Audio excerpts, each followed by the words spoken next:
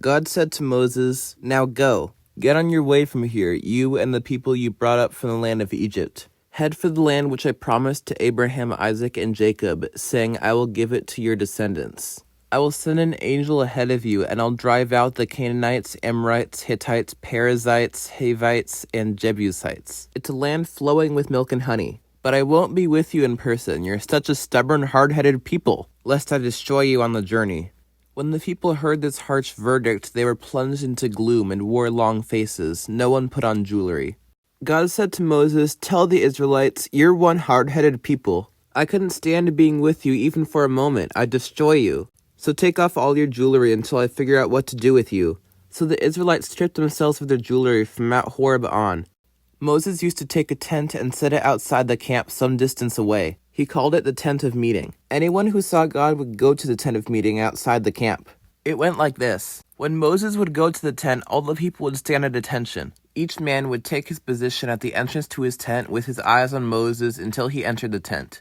Whenever Moses entered the tent, the pillar of cloud descended to the entrance to the tent, and God spoke with Moses.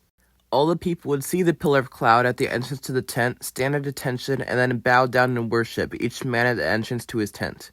And God spoke with Moses face to face, as neighbors speak to one another. When he would return to the camp, his attendant, the young man Joshua, stayed. He didn't leave the tent.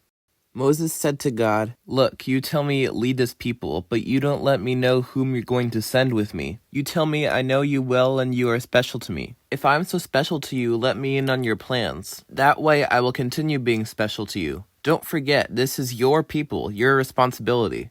God said, "My presence will go with you. I'll see the journey to the end." Moses said, "If your presence doesn't take the lead, call this trip off right now.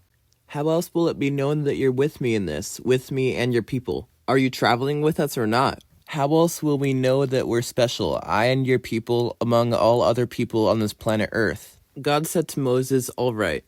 Just as you say, this also will I do, for I know you well and you are special to me. I know you by name." Moses said, "Please, let me see your glory."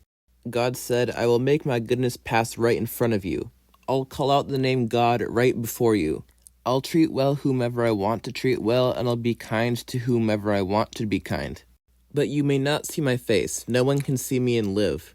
Look, here is a place right beside me. Put yourself on this rock. When my glory passes by, I'll put you in the cleft of the rock and cover you with my hand until I've passed by. Then I'll take my hand away and you'll see my back, but you won't see my face."